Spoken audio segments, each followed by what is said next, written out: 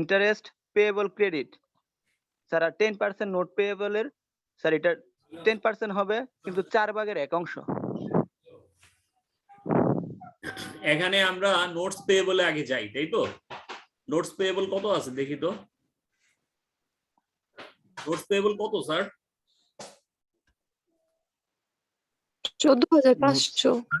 14,500। এই 14,500 10% করলে কত হবে? 1450। 1450। এটা কত বছরের? 1 বছরের। মানে 12 মাসের। কিন্তু আমরা এই নোটস পেয়েবলটা ইস্যু করছি কয় তারিখে? 1 অক্টোবর। October, November, December. 14,500 কে আমরা 12 দিয়ে ভাগ করব। 12 দিয়ে ভাগ করার পর সেটাকে 3 দিয়ে গুণ করতে হবে। গুণ করব। তাহলে কত টাকা হয় স্যার একটু বলেন তো? 3,625। কি বলে? 14,500 তো 1 বছরের। এটা স্যার 12 দা ভাগ 3 দা গুণ। হ্যাঁ, ক্যালকুলেটর থাকলে একটু কাজ করতে সুবিধা হয়, আমি মোবাইল দিয়ে করি। 3,525। হ্যাঁ,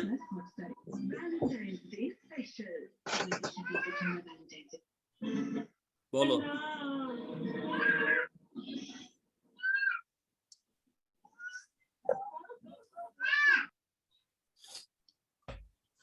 $14,150 কে যদি 12 দিয়ে ভাগ করা হয় তাহলে প্রতি মাসে আসবে 120 টাকা 83 পয়সা। সেটাকে 3 দিয়ে গুণ করলে আসবে 362.49।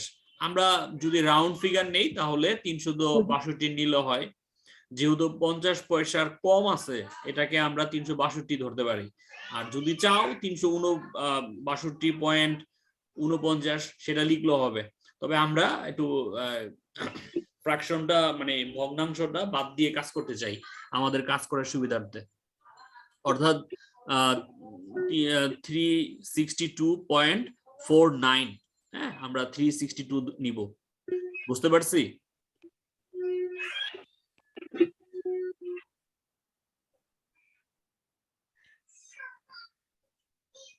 Notes payable 14,500। 14,500 উপর 10% করলে হয় 1,450।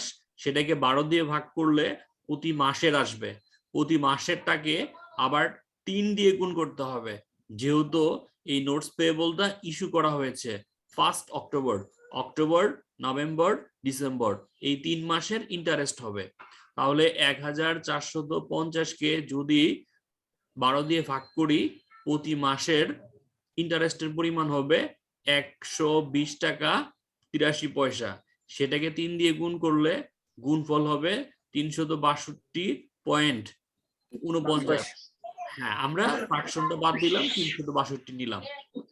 ওকে, এবার যদি আমরা এটাকে জার্নাল দিই, জার্নাল দিলে কি আসবে স্যার? অ্যাডজাস্টিং জার্নালটা কি হবে বলতে পারবে?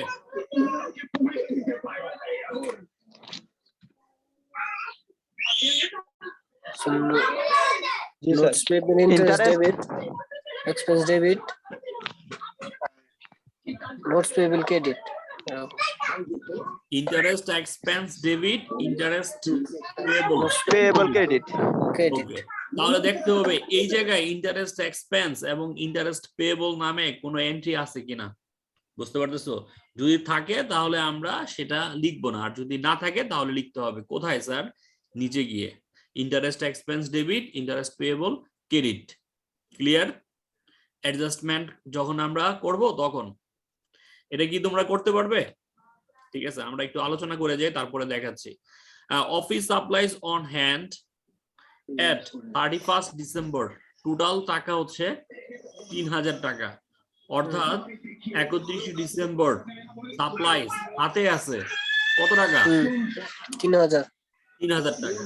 তাহলে খেয়াল করো অফিস সাপ্লাই ছিল কত? 6,500। 6,500। তাহলে 6,500 থেকে কমে 3,000 টাকা হয়েছে। তার মানে কি অফিস সাপ্লাইজ কমে গেছে। অফিস সাপ্লাইজ যদি কমে যায় তাহলে অফিস সাপ্লাইজ ক্রেডিট হবে। ঠিক আছে, আর ডেবিট হবে অফিস সাপ্লাইজ এক্সপেন্স। তাহলে supply office supplies expense debit আর sir Office office supplies supplies credit. credit. Okay fine.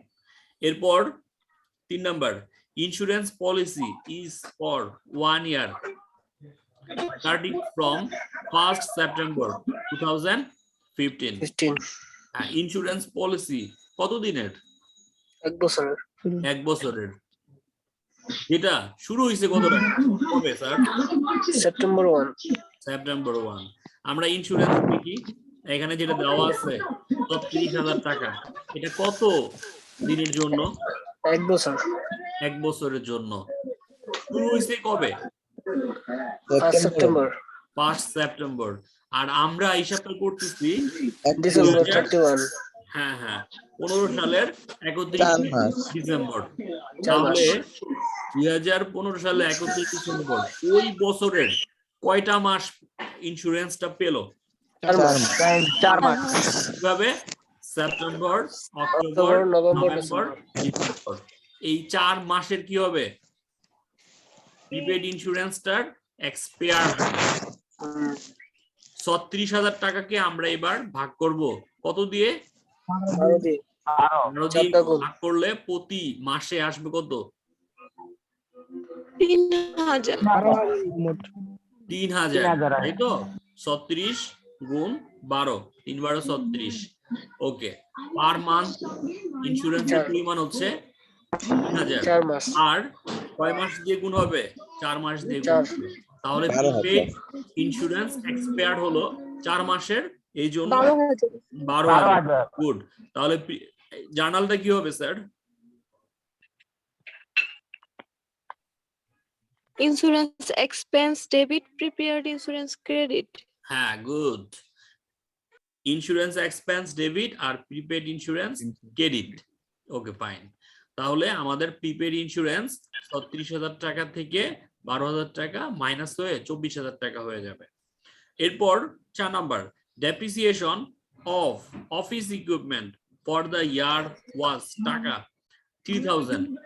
Office ইকুইপমেন্টের উপর ডেপ্রিসিয়েশনের পরিমাণ ছিল কত টাকা স্যার? 3,000 টাকা। এটার জার্নালটা কি হবে? ডেপ্রিসিয়েশন অফিস ইকুইপমেন্ট ডেবিট আর অ্যাকুমুলেটেড ডিভিশন বলছো? জি স্যার। গুড। তাহলে জার্নালটা হবে ডেপ্রিসিয়েশন এক্সপেন্স ডেবিট আর অ্যাকুমুলেটেড ডেপ্রিসিয়েশন ক্রেডিট। কত টাকা? 3,000 3,000 টাকা। এখন এই জায়গায় দেখো ডেপ্রিসিয়েশন এবং অ্যাকুমুলেটেড ডেপ্রিসিয়েশন নামে কোনো এন্ট্রি আছে কিনা? নাই স্যার। না স্যার। তাহলে কি করতে হবে? নতুন করে আমাদের এই ট্রায়াল ব্যালেন্সের নিচে লিখতে হবে। Okay fine. 5 নাম্বারটা কি লেখা আছে? টাকা 7,000 of the unearned revenue has been earned. মানে কি স্যার?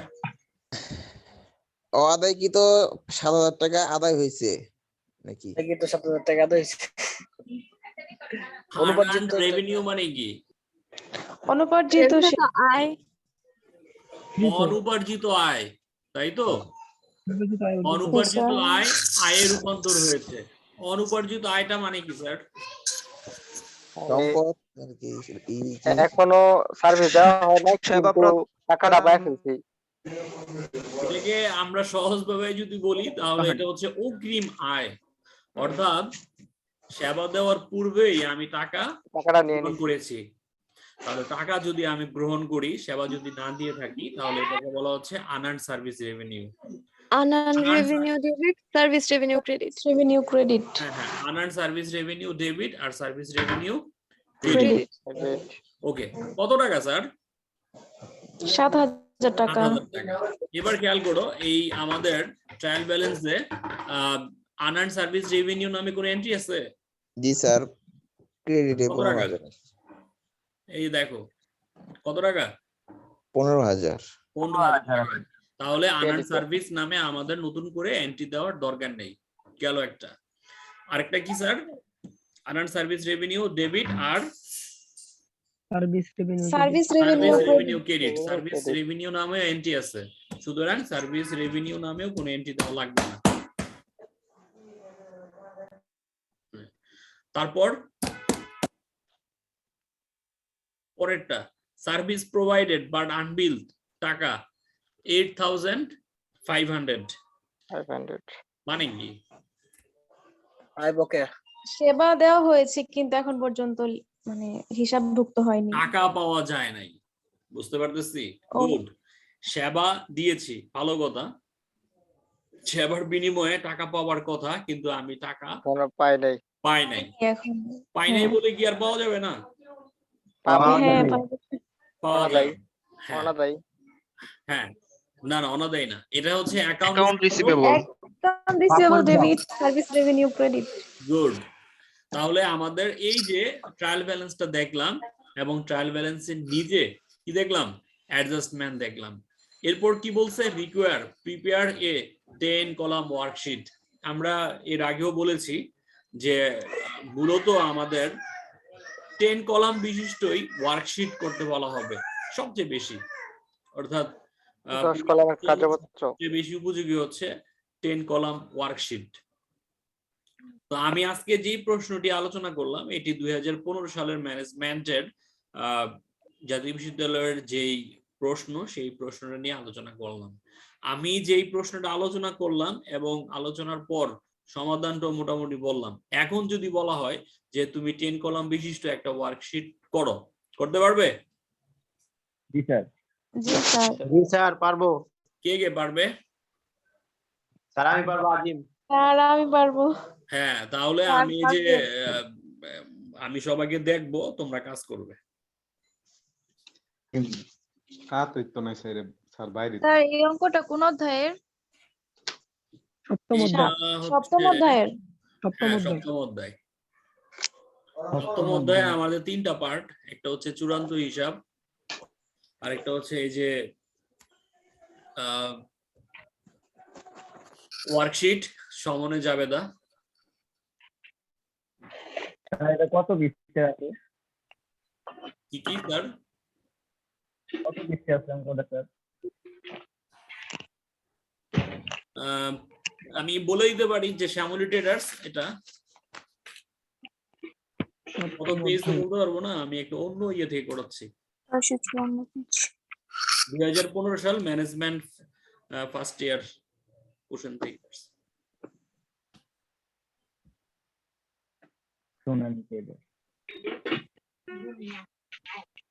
শ্যামলী ট্রেডার্স। তাহলে সবাই কি করো? ঘরটা কাটো। ঘরটা আচ্ছা।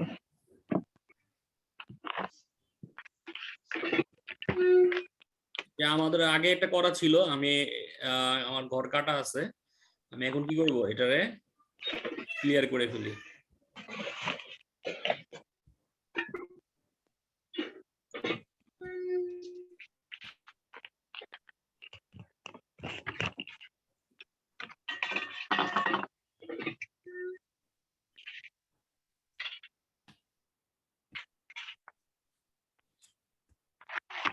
আগে ছিল একটা মতিন কোম্পানি, গত ক্লাসে আমরা করেছিলাম।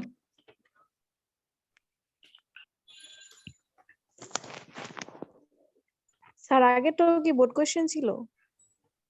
হ্যাঁ হ্যাঁ, মূলত বোর্ড কোশ্চেন গুলো নিয়ে আলোচনা করি যেন আমাদের বুঝতে সুবিধা হয়। স্যার এটা কি বোর্ড প্রশ্ন? হ্যাঁ, এটাও বোর্ড কোশ্চেন। তাহলে স্যার আমরা কি করব? স্যার প্রথম যে স্টেপ 1 ট্রায়াল ব্যালেন্স, এই যে কপি করলাম, কপি করে পেস্ট, এই জায়গায় আমরা পেস্ট করে দিব। তাহলে আমাদের ট্রায়াল ব্যালেন্সের কাজ শেষ। দেখেন ডেবিট গুলো ডেবিট দিকে, ক্রেডিট গুলো ক্রেডিট দিকে হয়ে গেল। স্যার আমাদের তো দেরি লাগবে। দেরি লাগবে না, এই জন্যই তো বলছি আমার সাথে সাথে কাজ করতে।